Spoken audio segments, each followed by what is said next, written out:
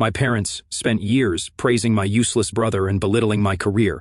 Now they're begging, but my next move completely reversed their narrative. I, a 32-year-old male, have been working my butt off as a landscaper since I was 19. I started at the bottom, just mowing lawns in the heat, and now I run multiple crews for this high-end residential landscaping company. It's good money, tons of responsibility, and actual career growth. Not that my parents ever saw it that way. My parents have always treated my younger brother, a 30-year-old male named Dylan, like he was God's gift to humanity. He's 2 years younger than me and literally has never held down a job for more than 6 months. But somehow, in their eyes, he was always exploring his options while I was settling for a blue-collar career. Dad's this old-school construction foreman, been with the same company for 30-plus years. Mom works hospital billing. They're solidly middle class but act like they're royalty when it comes to Dylan. The entitlement was off the charts. This nonsense started way earlier than I realized. Take this, for example. When I was 14, I saved up for months, working at the local grocery store bagging groceries, to buy this sick mountain bike. Dad saw it and immediately went, "Hope you're not planning to get it muddy. You paid good money for that." The very next weekend, Dylan took it without asking, crashed it into a ditch, bent the frame, and scratched it all up. When I lost my mind, Dad said, "It's just a bike, Mike. Don't be so materialistic. Your brother could have been hurt." The worst part? Dylan got his first bike as a surprise gift for improving his attitude after he'd been suspended from school for fighting. Make that make sense. In my senior year, I got accepted to stay with a partial scholarship. I was pretty stoked about it until I saw the remaining costs. I asked my parents if they could help with housing since they always talked about investing in education. Dad literally laughed and said, "You've got 2 hands and a strong back. Figure it out." So I did. I worked landscaping all summer, saved up, but ultimately decided on community college while working full-time. It was a practical decision that made financial sense, but my parents acted like I'd announced I was joining a cult. "Community college isn't a real college," Mom said, sighing like I'd just crushed her dreams. "I guess not everyone has university potential." Meanwhile, Dylan graduated high school by the skin of his teeth. His grand plan? Taking a gap year, which was code for playing video games in the basement and working maybe 15 hours a week at the mall. My parents treated this like he was on some grand journey of self-discovery. "Dylan's really figuring out his path," Dad would tell relatives with this proud smile. "He's not rushing into anything." When I'd come home from pulling 12-hour days between school and work, Dylan would be sprawled on the couch, surrounded by snack wrappers, playing the PlayStation I'd bought. Sometimes he'd have a girl I'd never seen before. Sometimes it was with dudes who looked shifty as hell. My parents said nothing. Or the time I asked for help with community college tuition, $800 for a semester of landscaping design classes, Dad told me to figure it out because that's what men do. Meanwhile, they paid for Dylan's entire first year at State, which he flunked out of after partying non-stop. Their response? College isn't for everyone. He's just too creative for structured learning. My buddy Alex, who I've known since high school, kept telling me how messed up it was. "Dude, your parents act like they owe Dylan everything, and you owe them," he'd say. I'd brush it off with, "That's just how family is." But deep down, I knew he was right.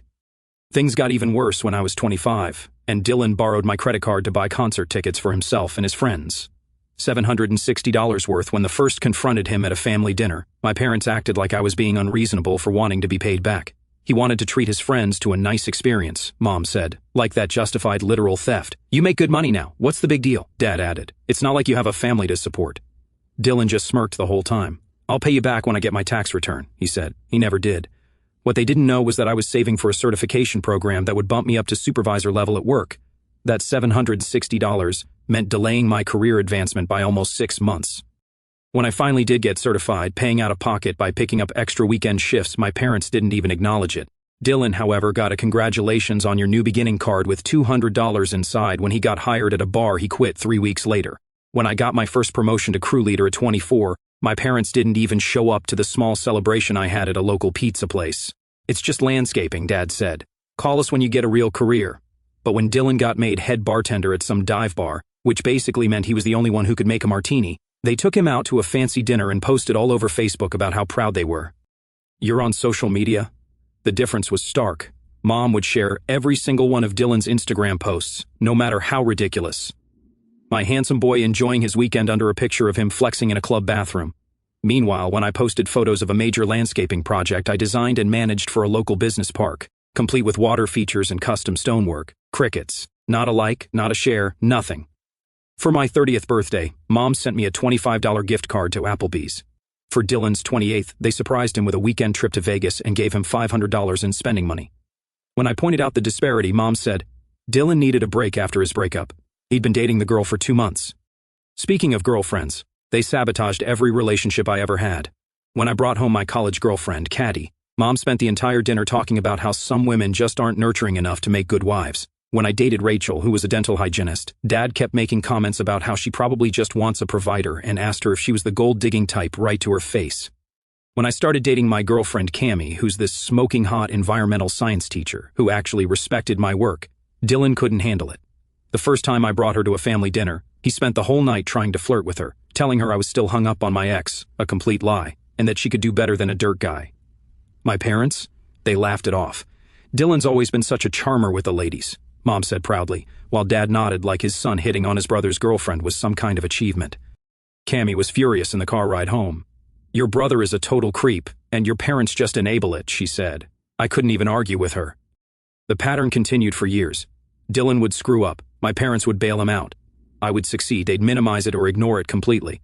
It was like living in some bizarre parallel universe where the rules were completely different depending on which son you were. The real breaking point with Dylan came when I finally saved enough for my first newish vehicle, a Toyota Tacoma that I'd worked overtime for months to afford. Nothing super fancy, but it was only 3 years old with low mileage, and I was so damn proud of that truck. First time in my life, I bought something nice without asking for help. I was at my parents' for one of those obligatory Sunday dinners, still trying to keep the peace back then, and Dylan showed up already half in the bag. I noticed him eyeing my truck and making comments about how it was compensating for something. After dinner, I stepped out for a smoke, and my truck was gone. My keys weren't by the door anymore. 2 hours of calling and texting Dylan with no response. I'm about ready to report it stolen when this jerk pulls up with music blasting, empty energy drink cans rolling around inside, a huge scratch down the side, and a dented bumper. "Borrowed your ride to pick up Stacy," he slurred, throwing my keys at me. She wanted to see if the back seat was as roomy as it looks. Then he just laughed and staggered inside like it was nothing. Here's what they didn't see. I had just spent the previous weekend detailing that truck myself. Washed it, waxed it, detailed the interior, even got on my hands and knees to scrub the floor mats. Not because I'm obsessive, but because it represented everything I'd worked for. And now it had a 3-foot scratch down the driver's side and smelled like cheap perfume. I followed him in, absolutely fuming, and confronted him in front of my parents. Their reaction? Dad goes, "Don't be so dramatic, Mike. It's just a scratch." Mom chimes in with, "Family shares things. I'm sure Dylan will help pay for the repairs, won't you, Dylan?" Dylan just flopped on the couch, changed the channel, and said, "It's already got scratches. Probably trying to scam me to pay for your crappy driving. Besides, what's the big deal? It's just a truck, not like you've got anything better to spend money on." I lost it. He took my truck without permission. That's theft. He damaged it while driving impaired. That's a crime. And you're both sitting here defending him. Dad stood up, getting in my face. "Don't you dare use that tone in my house. Dylan made a mistake. You need to calm down." "A mistake?" I shot back. "He stole my truck. He damaged my property. And you're acting like I'm the problem." Mom started crying, her go-to move whenever she was losing an argument. "Why are you always so hard on your brother? He's going through a tough time right now." "He's always going through a tough time," I said, "and I'm always expected to just deal with it." Dylan, still sprawled on the couch, just smirked. "Not my fault you're so uptight, bro. It's just a truck. Chill." That was it. I was done. I turned to Dylan and said, "You have 30 days to pay for the damages, or I'm filing a police report for theft and property damage." Dad exploded. "You will not file a police report against your brother. That is not how this family handles things." "Then how does this family handle things, Dad?" I asked. "Because from where I'm standing, Dylan gets away with literal crimes, while I get lectured for being upset about it." I walked out, and that night, I blocked Dylan's number. I told my parents I was done with him until he paid for the damages and apologized. Their response? "You've always been too sensitive. Dylan's going through a rough patch right now." Mom and Dad spent the next few months trying to make me apologize to him. Dad would call with nonsense like, "Your mother's upset about this family rift you've created." Mom would text me pictures of Dylan at family events with captions like, "Someone's missing," or, "If only everyone was here." Not once did they actually hold him accountable. Not once did they acknowledge that he was in the wrong. It was always about how I needed to be the bigger person, and let it go for the sake of family harmony. The promotion that changed everything came about 6 months after the truck incident. I'd been busting my butt, taking on extra projects, coming in early, staying late. My boss, Kyle, noticed and bumped me up to head manager for all North County projects. Company truck, full benefits, salary bump, the works. First time in my life, I felt like my hard work was actually being recognized. I decided to celebrate at this brew pub downtown, reserved the back patio, ordered food, even hired this local musician to play. I invited my parents but made it crystal clear Dylan wasn't welcome. Mom tried guilting me. He's still your brother, and family should stick together. Dad was more direct. You need to grow up and get over this childish grudge. It's embarrassing for everyone. When I stood firm, Dad hit me with, fine, but don't expect us to choose sides in this little tantrum of yours. The night of the party, everyone else showed up. My work buddies, friends from softball, even Dylan's wife Casey came without him, which was shocking. Cammy was there too, looking amazing and genuinely proud of me. Dad showed up an hour late, already looking disheveled, wearing this stained Steelers jersey like he couldn't be bothered to change for his son's achievement. Mom at least tried to look happy but kept checking her phone the whole time. Throughout the night, Dad kept making these loud comments. Shame not everyone could be here to celebrate, and some people think landscaping management is a big deal, I guess. Every time Kyle or one of my coworkers would congratulate me, Dad would jump in with something about how Dylan could have been a landscape architect if he wanted. He just has bigger ambitions. At one point, Kyle was showing everyone before and after photos of that tech CEO's project on his tablet. You could literally see my design skills and the transformation of this barren hillside into this gorgeous terrace garden with native plants and a small waterfall.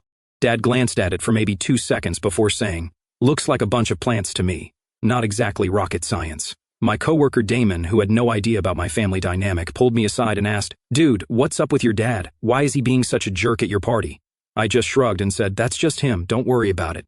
But inside, I was fuming. Then Kyle made this really nice toast about how I'd earned the promotion through consistent hard work, reliability, and exceptional client management skills. He mentioned how clients specifically requested me for their projects and how the company was lucky to have me. That's when Dad stood up, interrupting Kyle mid-sentence, and announced to the whole patio, "Must be nice getting promotions for just showing up and pushing a lawnmower. Not like you're out there building actual structures like real men. Your brother would have run circles around this landscaping stuff if he wanted to, but he's always aimed higher. Shame you couldn't even invite your own blood to your little party. Some son you turned out to be." The whole place went dead silent. Kyle's jaw literally dropped. Cammy squeezed my hand so hard it hurt, and I just snapped, not by yelling but by finally being completely done. I raised my glass, smiled real calm and said, "Awesome. Then Dylan can start paying your mortgage too. I'm sure all those bartending shifts will cover it when he's not busy stealing cars. Or maybe he can sell some of those actual structures you think are so impressive."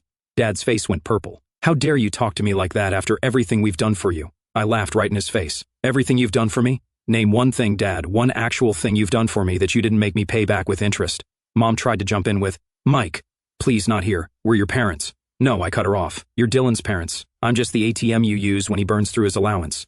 I set down my glass, thanked everyone else for coming, and walked out. Cammy followed me, but I told her I needed some space. I got in my truck and drove to this overlook outside town, sat there for hours thinking about all the nonsense I'd put up with. What made it worse was realizing that I wasn't even angry anymore. I was just done, completely empty, like someone had flipped a switch inside me and all my feelings about my family had just disappeared. That night, I decided I was done being the family punching bag. I called my buddy Alex, who works at the bank where my parents have their accounts. Not exactly legal, but he owed me big time after I covered for him when he got into some serious trouble. "Hey, need you to check something for me," I told him. "Want to know exactly how much my parents are helping Dylan financially." What Alex found the next day was way worse than I expected. My parents weren't just helping Dylan, they were financially ruined by him. The next day, Alex texts me, "Dude, it's way worse than you think. They've been paying his entire rent, $1,850 per month, his car payment, $430 per month, his credit card minimums, about $600 per month, and they're CO signers on a personal loan he took out 3 months ago for $25,000. They're also paying the minimums on that too. Their accounts are getting drained every month." That was all I needed to hear. I had access to my parents' email from when I set up their computer years ago.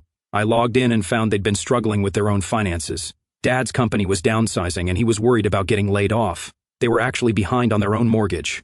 I also found emails from their credit card companies showing they'd maxed out 3 cards paying for Dylan's emergencies. One was a $3,000 charge at some fancy hotel where he'd apparently thrown a birthday party for himself. Another was $1,800 at an electronics store for a gaming setup, all while they were skipping their own mortgage payments. So I made my move, the ultimate clean break. I spent the next week ghosting their calls while I set everything up. I found a new apartment an hour away in a complex with good security, gave notice at my old place, and told Kyle about my family situation so he'd understand why I needed to keep my new address private. But before I disappeared, I made a few strategic moves. I forwarded those credit card emails to both my parents with a simple message, hope the golden child was worth it. Then, I sent an anonymous tip to Dad's company about how he'd been taking materials from job sites for personal projects, something he'd bragged about for years. Not made-up stuff. Actual things he'd admit to at family dinners, showing off how he beat the system. Not enough to get him fired, just enough to make sure he'd be on the first list when layoffs came. Was it petty? Maybe. But after 30-plus years of watching him break rules while holding me to impossible standards, it felt like karma. Then, I changed my number, deleted all social media, got a P.O. box for mail, and vanished from their lives completely. The first month of radio silence was weird. I kept expecting to feel guilty, to cave and call them, but that feeling never came. Instead, I felt this huge weight lift off my shoulders. For the first time in my adult life, I wasn't bracing for the next family drama, the next comparison to Dylan, the next request for help that would be taken for granted. I threw myself into work. Kyle was impressed with my renewed focus, and within 3 months, I was exceeding all my targets. The company gave me a bonus that I actually got to keep instead of lending to Dylan or helping my parents with some emergency. My new apartment was smaller but in a better area. I furnished it exactly how I wanted. No secondhand stuff, no hand-me-downs. Everything I picked out myself. It felt like a fresh start. The first thing I bought was the sick leather couch I'd had my eye on for years but could never justify spending money on when Dylan always needed loans. I set up a home office with a proper desk instead of the folding table I'd been using, hung art on the walls that I actually liked instead of the garage sale crap Mom had always given me to make the place look nice. Cammy and I took a break for a bit. She supported my decision, but needed some time to process the fact that I'd cut off my entire family. Fair enough. We stayed in touch though, getting coffee every couple of weeks and texting regularly. I made new friends through work and joined an adult soccer league, started hiking on weekends, actually developed hobbies that weren't just escapes from family stress. I also started a side business designing small-scale landscapes for homeowners who couldn't afford full professional services. I created template plans they could implement themselves with plant lists and maintenance schedules, made an extra $1,500 to $2,000 a month, doing what I loved with zero family drama attached to it. For the first time in my life, I was putting myself first, and it felt incredible. 8 months later, Cammy, who I was still in touch with, told me Dad had indeed been laid off during the company's restructuring. Mom's hours at the hospital had been cut back, and Dylan was still doing the same old stuff. Still the golden child who could do no wrong, except now they couldn't afford to keep bankrolling his lifestyle. Cammy had run into Casey at the gym, who spilled all the tea. Apparently, Dylan had been fired from 3 more jobs in the span of 6 months. The last one was at a warehouse where he'd been caught stealing inventory and selling it online. Instead of pressing charges, the manager had just fired him, not wanting the paperwork hassle. Dylan had also totaled the Honda my parents bought him and was now driving Mom's car, leaving her to take the bus to work. Dad had been forced to sell his prized fishing boat to cover some of Dylan's debts but was telling everyone it was just time for an upgrade. The most satisfying part? Dylan had been forced to move back in with them because he couldn't afford rent anywhere. 3 adults crammed into their 2-bedroom house, with Dylan taking over the living room. Casey said the place looked like a frat house, with Dylan's crap everywhere and my dad sitting in the kitchen, looking shell-shocked at what his life had become. Then the texts started coming from unknown numbers. Extended family members trying to reach me. "Your parents are struggling," they'd say. "They might lose the house." My Aunt Linda even left a voicemail saying, "I know they weren't always fair to you, Mike, but they're still your parents." I said nothing, did nothing, just kept living my life, running my crews, making good money, and actually enjoying the peace. My cousin Tim, who I'd always been kind of close with, reached out through email. Smart guy, found my work contact. "Hey man, I get why you went dark. I've seen how they treated you versus Dylan, but things are bad now. They're drowning in debt from years of bailing Dylan out. Just thought you should know." I didn't even reply to Tim, not out of anger toward him, but because I knew any response would open a door I wasn't ready to open. Around the 1-year mark of my disappearance, I got an unexpected visitor at work. Casey, Dylan's wife or ex-wife, as I'd find out. She looked tired, bags under her eyes but put together. "I was in the area for a job interview," she said. "Thought I'd stop by. We got coffee, and she filled me in on the family situation without me having to ask. She and Dylan had split up 6 months ago after she found out he'd been cheating on her with multiple women. She moved out, got her own place, was starting over. Your parents are in bad shape," she said, stirring her coffee. "The bank foreclosed on their house. They're living in this tiny apartment now. Your dad's been blacklisted in construction after that tip about the materials. Your mom's hours got cut to part-time. They're broke." "And Dylan?" I asked, surprised at how little emotion I felt. "Dylan is Dylan," she said with a dry laugh. Still partying, still charming his way through life. Living on their couch, still their perfect son. Even as they lose everything helping him. Casey told me Dylan had been offered a management position at his friend's landscaping company, a much smaller operation than where I worked, but had turned it down because that's Mike's thing, and I'm better than that. Instead, he was working on a startup idea that seemed to involve a lot of playing video games and very little actual work. She didn't ask me to reach out to them, didn't try to guilt me, just shared the information and let me decide what to do with it. "I don't blame you for leaving," she said as we parted. I wish I'd done it sooner myself. A year and 3 months after I disappeared, there's a knock at my door on a Sunday morning. I check the security camera, installed specifically for this reason, and see Dylan looking like absolute garbage, unshaven, bags under his eyes, cheap clothes hanging off him like he'd lost weight. I seriously considered not answering, but curiosity got the better of me. "How'd you find me?" I asked through the barely open door, not inviting him in. "Cammy told Mom where you work now. Took me 3 weeks of watching the parking lot to follow you home," he admitted, which was both pathetic and creepy. "Can I come in?" I stood in the doorway, blocking the entrance. "Why would I let you in after you literally stalked me? Mom and Dad lost the house," he blurted out. "Bank foreclosed last month. They're living in this crappy 1-bedroom apartment now. Dad can't find work because of that tip someone sent his company about the materials. Mom's hours got cut even more. They've been helping me out for years, but now they can't anymore." "And?" I said, feeling absolutely nothing. "I'm screwed, man. I've got like $40,000 in debt, my car got repossessed, Casey left me. I've been sleeping on their couch, but there's barely room for them, let alone me." Yet, as he talked, I noticed things I hadn't seen at first. His hands were shaking slightly, his eyes couldn't focus on one spot, and he had that weird nervous energy of someone who hasn't slept properly in days. Classic signs of substance abuse I'd seen plenty of times before. "Still waiting for the part where this is my problem," I said. Dylan's face got red. "Look, I know I messed up, okay? I was jealous. You always had your stuff together, and I didn't. But they're going to be homeless soon if they keep trying to help me. They're your parents, man." The confession of jealousy caught me off guard, but it wasn't enough, not after everything. I stepped outside, closing and locking the door behind me, and got right in his face. "No, they're your parents. They made that crystal clear for 32 freaking years. I'm just the gardener, remember? The ATM. I'm the responsible one who was never good enough. They talk about you all the time now," Dylan said, his voice cracking. "Dad says he was wrong. Mom cries about how she should have stood up for you more. Amazing how they only realized that when the gravy train stopped running," I replied. "Tell them I said congratulations on the self-awareness. Better late than never." "So, you won't help? After all those years they supported you?"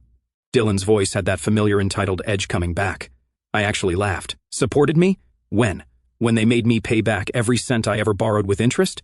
When they showed up at my promotion party just to trash my career? When they defended you stealing and damaging my truck?" Dylan looked down. "They need $15,000 to avoid eviction from the new place and get caught up on bills." I thought, with your promotion and everything.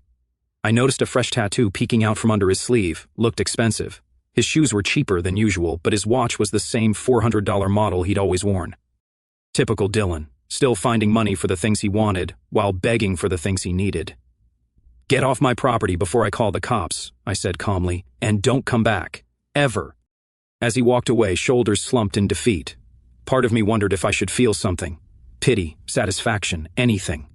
But there was just this peaceful emptiness, like finally setting down a heavy weight I'd been carrying my entire life. 2 weeks later, I got an email from Mom to my work address. Subject line, "We're sorry."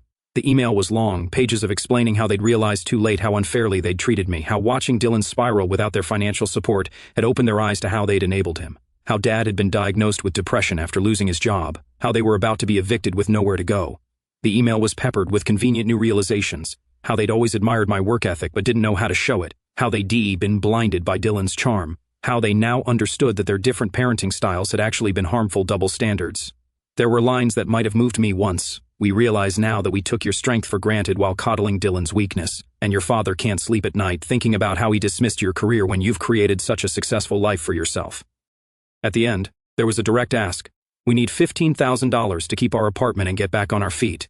We know we have no right to ask, but we have nowhere else to turn. Dylan told us about your new place. It sounds like you're doing well. Please, Mike, we're still your parents." And here's the thing, I was doing well. The promotion had nearly doubled my salary. I had a solid emergency fund, investments starting to grow. I could have written a check without it hurting me much, but I remembered all those years of being treated like I didn't matter, of watching them bail Dylan out over and over while I struggled on my own. I remembered Dad's face at my promotion party, the disgust in his voice when he talked about my career. So, I sent them a formal letter through a lawyer. "I am prepared to provide financial assistance under the following non-negotiable conditions. 1. I will pay $15,000 directly to your landlord and creditors, not to you personally. 2. You will both sign a formal loan agreement with 8% interest, the same terms Dad gave me for my truck repair loan, with payments to begin in 6 months. 3. Dylan will check into a 90-day rehabilitation program for his substance issues, with proof of completion required. 4. You will both attend 6 sessions of financial counseling, with proof of completion required. 5. You will sign a legal agreement stating you will not contact me outside of loan repayment matters for a period of no less than 2 years. These terms are final and not open to negotiation. Mom called my lawyer, crying, begging him to get me to just help family without all these cold conditions. Dad left a voicemail on the law office phone saying, "Real men don't treat their parents like business clients." I didn't respond to either, just waited. 3 days before they were set to be evicted, I got an email from my lawyer. They'd signed the contract. Dylan had checked into a 90-day program, and the first payments to their landlord and creditors had been made. My life now is unrecognizable from 2 years ago. Cammie and I are engaged. I got another promotion at work, and I'm now overseeing operations for the entire county. We bought a house. Nothing fancy, but it's ours. We have a dog named Rex who loves to ride in my truck, which I still have and take meticulous care of. Sometimes when we're driving to visit Cammie's family, who are amazing by the way, her dad actually asks me about work and seems genuinely interested. We pass through my parents' part of town. I see people who look like them from a distance, but I feel nothing. No anger anymore, no resentment, not even satisfaction at how things turned out, just nothing. And after a lifetime of being made to feel like nothing by them, that emptiness feels like the biggest victory of all.